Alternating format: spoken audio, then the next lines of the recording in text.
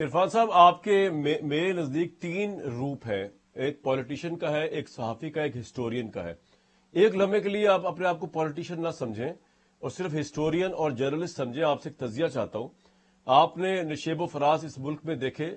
आज का जो सियासी कैदी होता है, ख्वाह वो करप्शन में अंदर गया है, एब्डो में अंदर गया है, वो हाई जैकिंग में अंदर गया है, कल वो जब कौसे कजा का रंग चेंज होता है आसमान पे तो वो बाहर निकला होता है और वो अवाम के अंदर घुल मिल रहा होता है, वो प्राइम मिनिस्टर ही बन रहा होता है। हमने ये सब देखा बेनजीर साहिबा के केस में, जरदारी साहब के केस में, नवाज शरीफ साहब के केस में।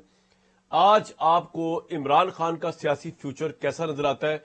Being a journalist and being a historian, आपसे जवाब चाहता हूं मैं, नॉट एज अ पॉलिटिशियन।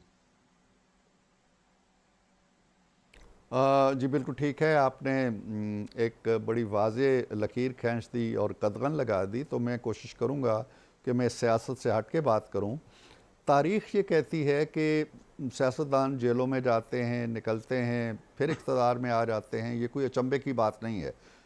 तवील अरसा तक जरदारी साहब, मेरा ख़्याल है कि सबसे तवील कैद उन्होंने काटी, लेकिन आज वो सदर मुमलकत हैं।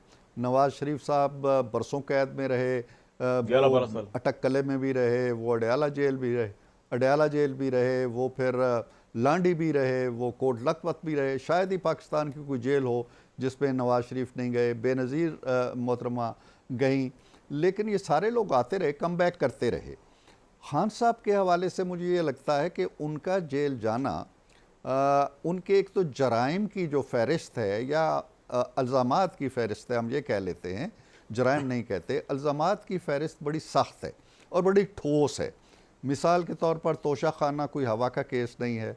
मिसाल के तौर पर 195 मिलियन डॉलर का जो केस है या पाउंड का केस है, वो हवा में नहीं है। वो रकम आई है, वो रकम एक शख्स को मिली है, उस शख्स से उन्होंने ज़मीन ली है, उससे मराआत ली हैं, ये सारी चीज़ें हैं।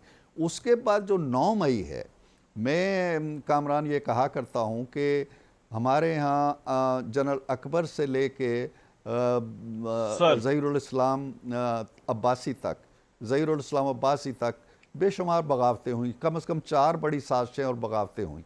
कोई साजिश और कोई बगावत अपने घर के अंदर से बाहर नहीं निकल सकी। ये लोग घरों में बैठे हुए थे और पकड़े गए और धर लिए गए और कोर्ट मार्शल हुए और जेल चले गए। एक बगावत हमारे यहाँ कामयाब हुई है जिसका नाम है 9 मई। इसका पहला फेज़ बड़ी कामयाबी के साथ एग्जीक्यूट हुआ है।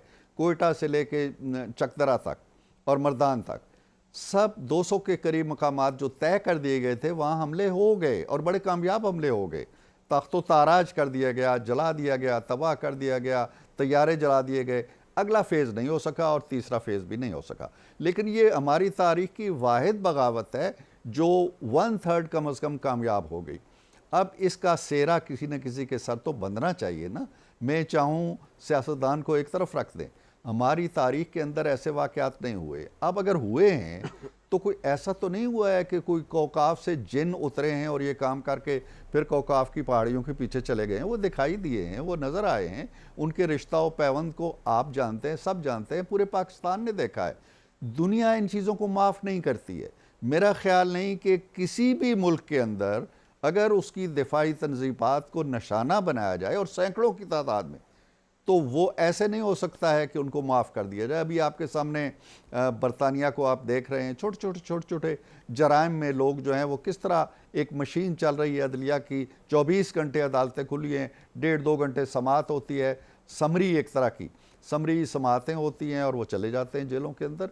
तो मैं नहीं समझता हूँ कि खान साहब एक पॉलिटिशियन के तौर पर वो कम बैक कर सकेंगे जो मोहतरमा बेनज़ीर भुट्टो शहीद ने किया था, जो जरदारी साहब ने किया, जो नवाज़ शरीफ साहब ने किया। इसलिए कि उनके जराइम, उनकी जेलें, उनकी कैदें आज भी हवा के अंदर हैं। उनके नीचे कोई ठोस जराइम हमें दिखाई नहीं देते। यहाँ सूरत हाल बड़ी बरअक्स है। अभी तो फैज़ हमीद साहब गिरफ्त में आए हैं, वो बताएंगे, आपने अपने दिबाचे में कुछ बातें की हैं। तो मैं नहीं समझता हूँ कि कोई पॉलिटिकल फतहमंदी या कोई पॉलिटिकल कामयाबी खान साहब के मुकद्दर में है और वो दोबारा आके पाकिस्तान के ऊपर हुक्मरानी कर सकेंगे।